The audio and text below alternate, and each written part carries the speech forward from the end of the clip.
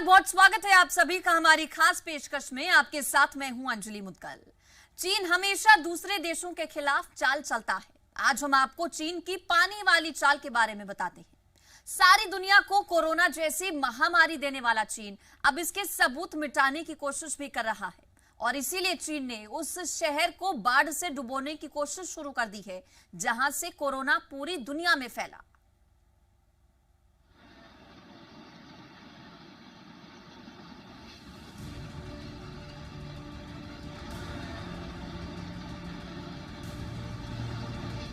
दुनिया भर में कोरोना के लिए बदनाम हुए चीन के वुहान शहर में इस वक्त बाढ़ बर्बादी लेकर आई है।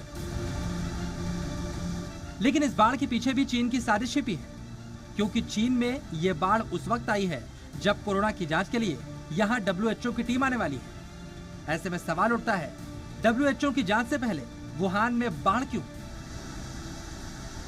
कोरोना के सबूत बहा देना चाहता है चीन। अब आप चीन में आई इस बाढ़ का रहस्य भी समझ लीजिए।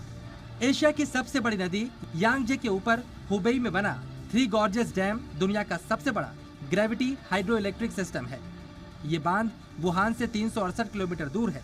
शक इस बात का है कि चीन सरकार जानबूझकर हुबेई प्रांत में पानी छोड़ रही है ताकि वुहान में बाढ़ के हालात पैदा किए जा सके। मानवाधिकार कार्यकर्ता जेनिफर जेंग ने भी आरोप लगाया है कि बारिश से बांध में पानी बढ़ने की वजह से इसके गेट नहीं खोले गए हैं। उनका दावा है कि साजिश के तहत वुहान में कोरोना को छिपाने के लिए बाढ़ जैसे हालात पैदा किए जा रहे हैं। भारतीय विशेषज्ञ भी इस बात को मानते हैं। चाइनीज कम्युनिस्ट पार्टी किसी भी मौके का फायदा उठाने से बाज नहीं आती।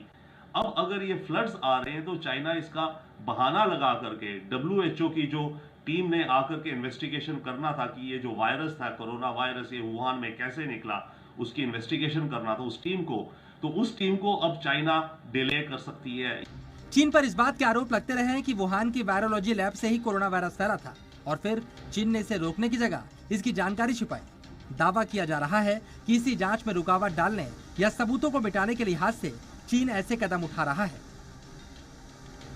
ये कहीं ना कहीं चाइना की एक बहुत सोची समझी चाल थी और इस पर चाइना दुनिया को कुछ नहीं बताएगा। जो मुल्क अपने खुद के लोगों को, जो भी ऑर्गेनाइजेशन इस दुनिया में, जो भी संस्था, जो भी सरकार अपने लोगों के लिए नहीं सोचती, जो खुद के लोगों पर जो अत्याचार कर सकती है, उसके लिए दूसरे लोग, दूसरे देशों के लोग कोई अहमियत नहीं रखते, दूसरी रेसेस कोई अहमियत नहीं रखती।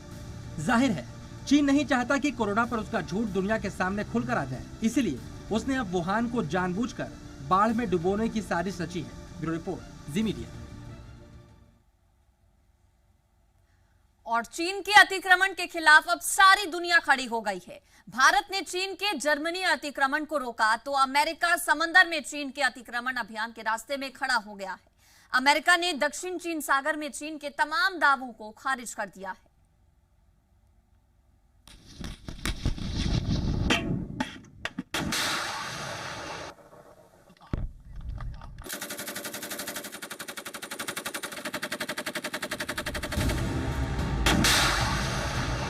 विस्तारवादी चीन, जिसकी नजर दूसरे देशों की जमीन पर रहती है, लेकिन अब चीन समंदर पर भी कब्जे की तैयारी कर रहा है।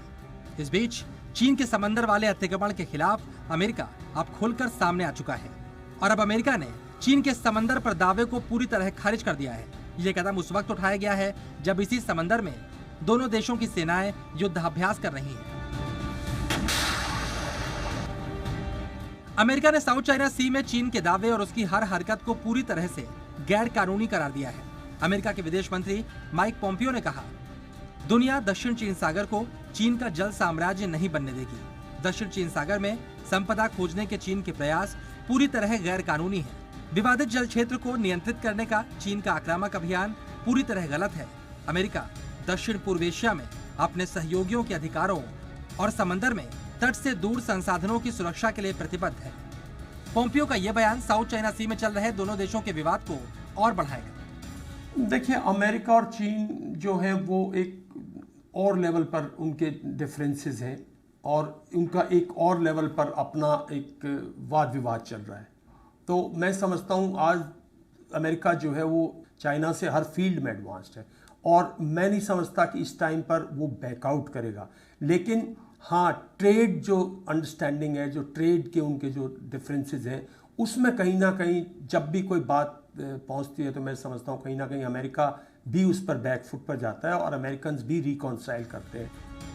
दरअसल चीन दक्षिण सागर के बड़े हिस्से पर अपना दावा पेश करता रहा है और वो यहाँ मानव निर्मित द्वीपों पर सैन्य अड्डे बसा रहा है, लेकिन इन द्वीपों और समुद्री चट्टानों पर ताइवान, फिलीपींस, ब्रुनेई, मलेशिया और वियतनाम भी अपना दावा पेश करते रहते हैं, जिसके बाद चीन इन देशों को डराता धमकाता है। अमेरिका क्लियर कट कह रहा है, ये बात नहीं है कि कुछ ग्रे एरिया इत्यादि, ये अमेरिका क्लियर कट कह रहा है कि चाइना के जो भी स्टेप्स हैं और चाइना के जो भी क्लेम्स हैं साउथ चाइना सी में, ये सब इलीगल हैं। पहली बात तो इससे ऑब्वियसली चाइना और अमेरिका के बीच में टेंशन बढ़ेगा। दूसरा, इसका एक और फैक्टर होगा, चाइना के सारे ये क्लेम्स जो इलीगल हैं, अब अगर अमेरिका ने कह दिया इलीगल हैं तो इसका मतलब अब चाइना अगर इन्हीं देश के साथ इंटरफेरेंस करेगा तो एक कॉन्फ्लिक्ट की सिचुएशन डेफिनेटली पैदा हो जाएगी। साफ है, चीन के अतिक्रमण का जवाब जिस अंदाज में भारत ने दिया, ठीक उसी तरह अब दुनिया भी चीन को सबक सिखाने की तैयारी कर चुकी है। अमेरिका परमाणु हथियारों से लैस अपने 2 बड़े युद्धपोत भी साउथ चाइना सी में भेज चुका है और अमेरिकी नौसेना लगातार समंदर में युद्धाभ्यास कर चीन को अपनी शक्ति भी दिखा रही है और ये चीन के समंदर वाले अतिक्रमण के खिलाफ सबसे कड़ा संदेश है। ऐसे में समंदर में महायुद्ध छिड़ा तो चीन को सबक सिखाने की पूरी तैयारी अमेरिका कर चुका है। ब्यूरो रिपोर्ट, जी मीडिया।